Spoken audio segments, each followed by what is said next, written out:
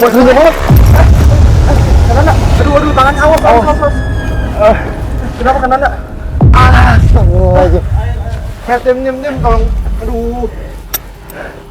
Sampai akhirnya sosok itu tuh ngebawa kita ke salah satu kayak kandang gede banget gitu, yang biasanya kandang seperti ini tuh aku temuin di tempat wisata gitu, tapi aku bisa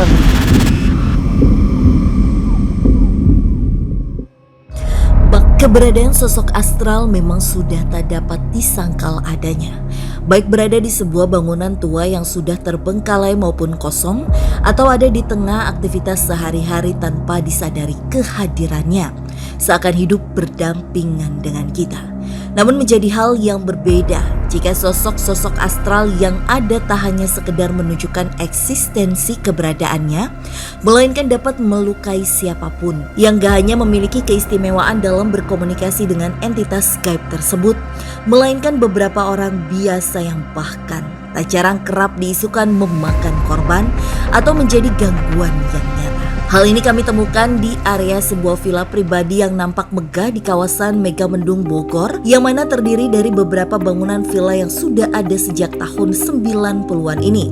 Kini nasibnya perlahan kosong, seolah pemiliknya enggan untuk menempati kembali.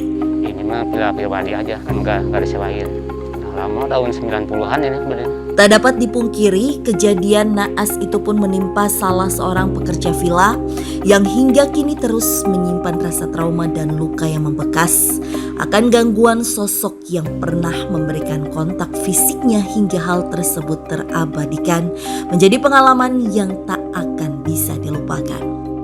Berarti waktu jatuh di situ tuh di pojok buang sampah, ini mikul sampah, berarti baru mau turun ke tangga, perasaan dari yang jongkok gitu. Orangnya tinggi gitu, hitam. Iya ini patah, gak bisa, cuman gini, gak bisa gini. Ya berarti kan mikul sampah dari karung, baru gitu ngelengkah ada yang dorong gitu. Ya di sini nih, ini, nah kan punya tangga ini, tuh ada yang dorong gitu, gini. Ini kan megang sampah, ini gitu karena peluran itu. Ya dibilang angker ya, gimana ya? Kalau bilang angker ya ada itu. Takutnya serem kalau malam. Ya menurut saya sih lumayan angker Pak. Ya banyak kejadian-kejadian yang aneh-aneh gitu Pak. Lantas, apakah penelusuran kami mampu menguak lebih dalam sosok astral yang pernah mencelakai pekerja? Seakan sosok tersebut menjadi momok menakutkan yang bersemayam di area villa megah ini. Perjalanan menuju lokasi kali ini mengharuskan kami menggunakan sepeda motor. akhirnya setelah deal-dealan dengan tim juga, aku itu akhirnya masuk lewat pintu belakang ke villa ini, yang dimana mengharuskan aku naik motor karena emang jalanannya tuh sempit banget. Pekatnya malam dan dinginnya udara serta heningnya suasana perlahan mengantarkan kami menuju lokasi yang kami tuju. Belakangnya itu nggak masuk mobil, cuman buntu sampai situ Pak. Ke sananya cuman motor misalnya.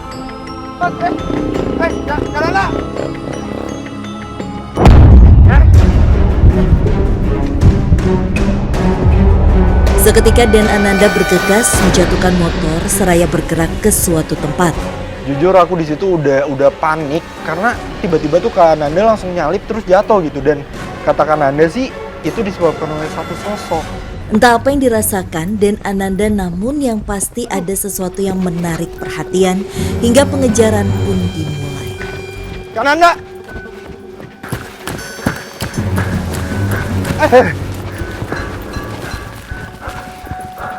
Aduh, tadi di sana ada tiba-tiba Kak Ananda.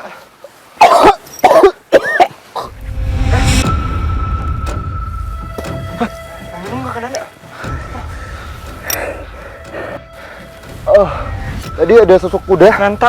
Bentar Mbak, Nanda muntah darah. Benar saja, kondisi yang ditunjukkan Dan Ananda menandakan adanya serangan dari entah sosok astral seperti apa.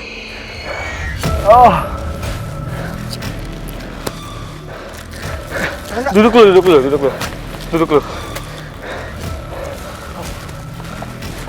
Itu dia. Seakan tak ingin melepas sosok astral yang memberikan gangguan, dan Ananda kembali bergegas untuk menangkap sosok tersebut.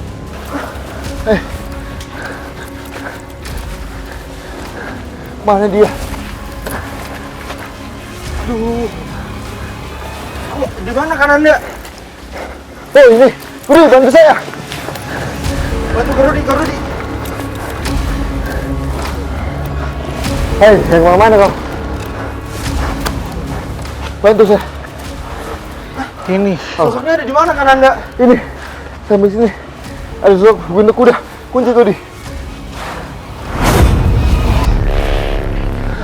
Oh, bantunya mana? Kananda, aduh, tangan awas. Kenapa Kananda? Astagfirullahaladzim. Diam, tolong. Aduh. Sampai akhirnya sosok itu tuh ngebawa kita ke salah satu kayak kandang gede banget gitu, yang biasanya kandang seperti ini tuh aku temuin di tempat wisata gitu, tapi aku bisa nemuin kandang di tempat ini tuh, wah, menurut aku bener-bener hal yang nggak aku ekspektasi gitu. Dengan keadaan dan visualnya yang sangat amat spooky, menurut aku ini udah nggak beres sih sosok ini. Dia sosok kuda itu malah menjelma sebagai nenek-nenek tua yang sangat-sangat jelek. Dan kalau saya lihat adalah sosok yang lumayan kuat. Nenek-nenek. Bantu saya, Mas ya. Oh. Siapa kamu, Nek? Siapa? Jadi sosok nenek-nenek ini dengan muka yang sudah kulit pada ngelupas semua, tapi dia memegang tongkat, tapi kepalanya itu adalah ada sosok naga, kepala naga. Dia menggunakan kemben batik dan kain batik. Ngapain? Dia ini siapa Kananda? Jadi dia ini adalah jelmaan salah satu kuda yang tadi sempat ngantem saya, Fasya. Nah, siapa kamu, Nek? Mana kamu? Kenapa dia di sini Kananda?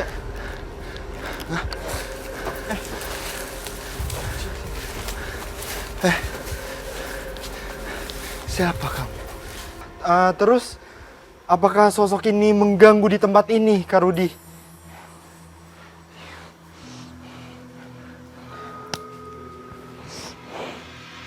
Mengganggu. Berarti Kananda, aduh. Mengganggu. Terus apakah sosok ini mengetahui dan apakah dia adalah sosok yang menyebabkan terjadinya salah satu kecelakaan yang ada di tempat ini, yang dimana ada salah satu sosok nenek-nenek yang didorong sampai tangannya itu patah di tempat ini. Mungkin Kananda?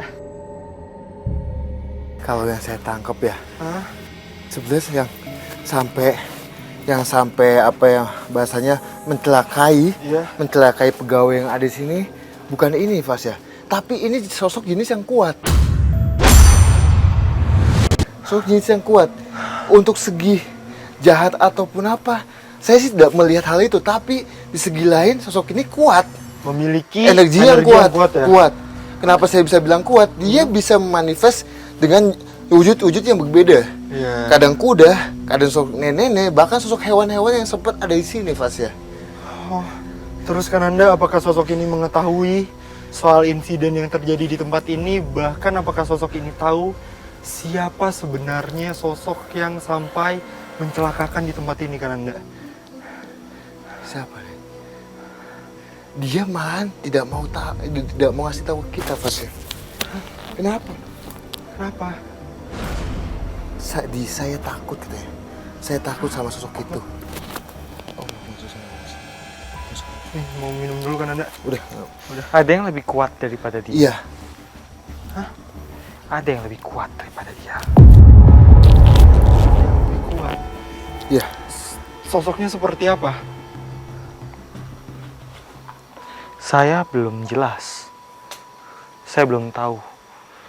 Saya belum dapat petunjuk untuk itu. Terus Kananda tadi sempat bilang kalau Kananda diserang oleh sosok ini. Iya, betul, Itu Bang. Kenapa Kananda? Kenapa kamu? Ini saya. Dia sangat tidak suka, bahkan dia tidak menyenangi manusia datang ke sini. Kenapa emangnya? Kenapa? Dia takut dia dipindahkan, Fasya. Dia takut dipindahkan. Jadi dia menganggap kita datang ke sini untuk memindahkan sosok ini, Fasya. Kita dianggap pengganggu. Oh, berarti memang dia tidak suka dengan adanya aktivitas kita Betul ya di banget, tempat betul ini ya? banget, betul banget. Oke, terus untuk mungkin boleh ditanyakan Anda ke sosok ini, untuk sosok yang dia bilang paling kuat itu ada di mana? Dia bilang katanya di sana. Sana deh. Di sana. Cuma saya belum tahu nih di sana itu di mana tempatnya. Dia hanya menunjuk tangannya ke sana. Ke sana. Oke. Dan terakhir, menggali lebih dalam lagi soal sosok ini Kananda, karena memang Kananda tadi sempat bilang dan Kak Rudi juga bilang kalau sosok ini adalah sosok yang kuat ya. Ya, Itu tuh kenapa bisa ada sosok seperti ini di tempat ini Kananda? ya gini Fasya. Yang pertama adalah lokasi ini ada di tengah-tengah bukit. Ya. Sedangkan jin yang ada di tengah-tengah bukit itu bisa apa ya? Levelnya itu ke high. Oh, Bisa di kita bilang atas rata-rata ya? menengah ke atas. Nah, makanya dia bisa menduplikasi dulu yang kehidupan yang ada di sini, di lokasi ini. Contohnya hewan, kuda, bahkan di tempat kita ini saya nggak tahu ini kandang apa. Ini kalau nggak salah kandang Kandang burung. Kandang Iya. burung. Iya, iya. Dia bisa menjelma seperti itu, bahkan dia menjelma sebagai sosok nenek-nenek yang dulunya menjadi pegawai yang ada di sini. Meski bukan sosok astral yang kami cari, namun tak dapat dipungkiri sosok nenek tua cukup memberikan gangguan yang kuat hingga telah menggiring kami ke sebuah kandang hewan yang besar dan terbengkalai, di mana seolah memang benar adanya sosok astral ini. Kalau kandang-kandang gini mah, kandang burung mah ya nenek-nenek gitu lagi nyapu. Penelusuran pun kami lanjutkan, meninggalkan sosok astral yang cukup lumayan kuat guna mencari dalang dari peristiwa yang menimpa Ibu Ratih. Dan kayaknya emang ini deh tempat yang dimaksud oleh sosok yang sebelumnya kita temui Kananda. Ya ini bangunan ini. Ayo coba kita kesini. Aku nggak tahu ya memang ini itu kejadian atau kecelakaan yang dialami oleh Bu Ratih di tempat ini atau Tunggu, bukan. tunggu. Kayak nggak mungkin. Oh, Kananda. nggak mungkin kita lewat sini. Nggak bisa lewat sini. Nggak mungkin lewat sini kita. Jangan lewat sini. Kita Ini lewat rapuh. mana ya? Lewat mana ya? Kami pun mencoba mencari akses masuk ke dalam sebuah villa yang mungkin merupakan petunjuk dari sosok nenek tua yang menyerupai seekor kuda. Nggak bisa. Nggak bisa juga.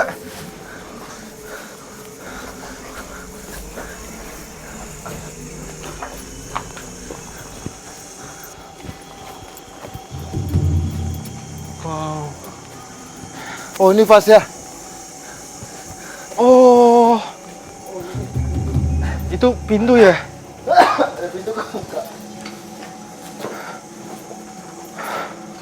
Oke, Kananda, Kak Rudi. Berarti sekarang yang Kananda atau Kak Rudi rasakan pada saat di bangunan ini sendiri itu apa? Saya merasakan sejak tempat ini dibangun lebih banyak terasa energi residu dari makhluk astral dibandingkan dengan manusia. Sejak tempat ini dibangun.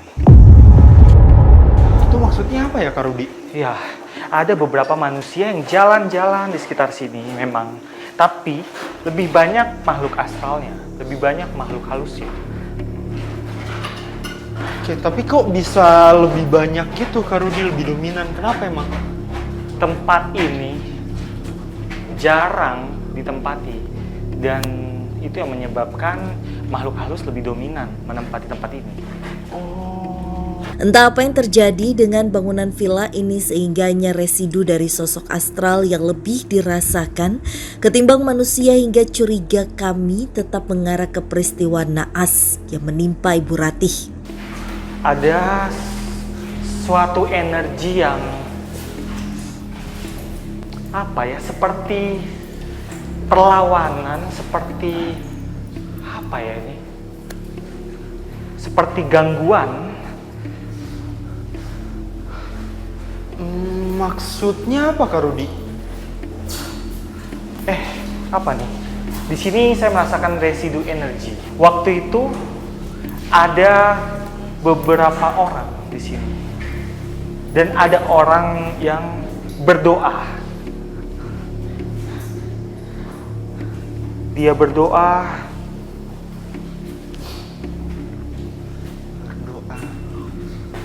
Dan doanya ini ada hubungannya dengan gaib. Sebentar, aku masih belum ngerti nih. Ada orang yang berdoa di bangunan ini. Dan doanya itu ada hubungannya dengan makhluk gaib. Itu maksudnya gimana, Kak Rudi? Mereka jalan-jalan di sekitar sini sambil berdoa. Saya belum tahu persis apa yang terjadi. Jadi gini Fasya, kalau yang saya tangkap juga di bangunan ini ada sesuatu yang dijalankan di apa ya, bisa kita bilang salah satu spiritual datang ke sini dan dia kayak melakukan sesuatu yang berhubungan sama untuk memindahkan goib. Memindahkan makhluk-makhluk goib yang bisa kita bilang sosok yang apa ya? Sosok yang hal-hal yang lebih ke negatif gitu Mas ya. Oh, berarti penglihatan Kak Rudi tentang ada orang yang doa di tempat ini itu untuk memindahkan makhluk gaib yang ada di tempat ini. Betul. Tapi kenapa emang? Emang Kak Rudi di tempat ini sendiri, di ruangan ini sendiri sudah melihat sosok apa emangnya? Saya belum terlalu tahu pastinya, tapi saya penasaran sama lantai 2.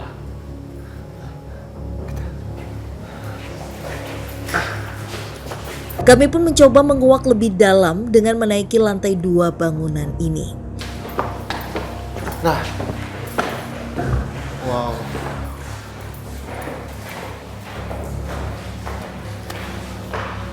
Ada apa Kak Rudi? Ada nenek-nenek di sini. ya. Jadi di samping saya ada sosok nenek-nenek, rambutnya panjang, dia agak bungkuk. Dan dia pakai kainnya warna hitam. Kain warna hitam, agak panjang kainnya, seperti kemben. Saya tanya, apa yang dilakukan di sini? Dan apakah dia ada hubungannya dengan Insiden yang kecelakaan terjadi, betul. yang terjadi pada Ibu Ratih? Betul. Dia membantah tuduhan saya. Dia bilang, bukan, saya cuma meniru di sini. Tapi saya menyesal karena gara-gara saya mengganggu di sini. Ada orang yang datang ke sini untuk mengusir para gaib di sini. Dia bilang seperti itu. Tapi Kak Rudi, soal meniru penjaga itu maksudnya gimana? Dia meniru fisik dari penjaga di tempat ini, terus apa gitu? Gangguan seperti apa yang ditimbulkan oleh sosok ini? Dia bilang, dia memang merubah wujudnya seperti sosok manusia yang menjaga di sekitar sini. Pokoknya manusia-manusia yang berada di sini. Jadi orang lain tuh sempat mengira itu adalah manusia yang beneran. Ternyata itu adalah jelmaan dia untuk mengacaukan, untuk membuat menakut-nakuti orang-orang yang ada di sini. Sebab itulah akhirnya pemilik tempat ini memanggil seorang ahli supranatural, seorang ahli spiritual dari suatu agama untuk melakukan semacam pengusiran hantu seperti itu. Oke, terus kalau memang sudah ada pengusiran Kak Rudi, kenapa sosok ini tuh masih ada di sini? Kenapa kamu sih? Dia bilang dia memang sempat pindah-pindah. Dia diusir, tapi datang lagi. Penuturan Rudi memperkuat pengakuan para penjaga villa akan sosok astral berwujud nenek tua yang berada di bangunan villa terlama ini, yang kerap mengganggu dengan cara menampakkan diri menyerupai orang-orang sekitar yang menjaga villa. Itu dibangunnya sekitar tahun sebelum 2000 lah. Kalau di villa itu kan dulu saya pernah nginep gitu. Di situ saya lihat kayak ada nenek-nenek. Lantas, apakah sosok nenek tua ini memiliki keterikatan dengan sosok jahat yang pernah memberikan luka pahit kepada Ibu Rati yang hingga kini membekas? Saya takut itu sosok adalah sosok yang jahat.